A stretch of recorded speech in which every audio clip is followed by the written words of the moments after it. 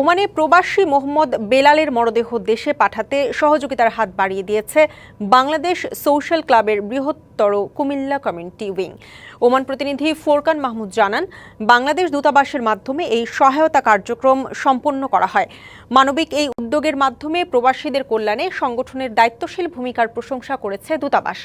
মরদেহ প্রেরণের প্রয়োজনীয় প্রক্রিয়া দ্রুত সম্পন্ন করতে সংশ্লিষ্ট কর্তৃপক্ষের সঙ্গে সমন্বয়ের মাধ্যমে সহযোগিতা প্রদান করা হয়। এ সময় উপস্থিত ছিলেন ইঞ্জিনিয়ার হাসানুজ্জামান, প্রকৌশলী রাকিবুল হাসান, প্রকৌশলী সাইদুল ইসলাম এবং মোহাম্মদ শাহজাহান।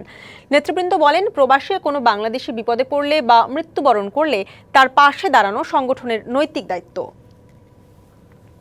কুমিল্লা উইংসের পক্ষ থেকে